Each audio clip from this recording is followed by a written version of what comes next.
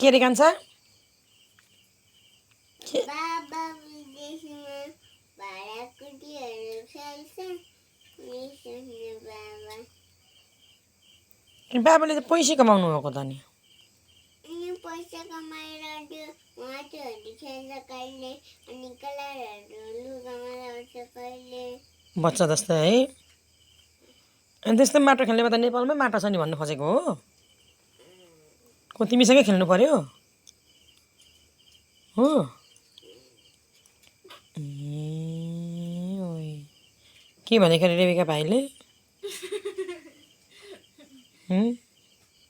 भाइले के भनेको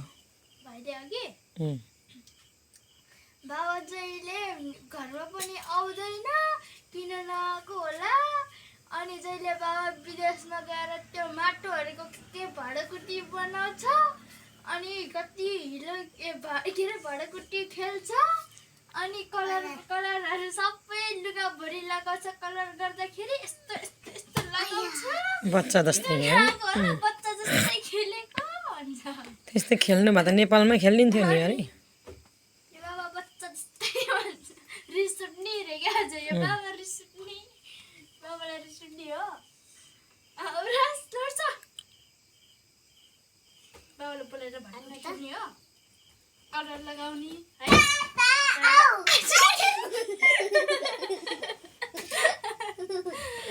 यस्तो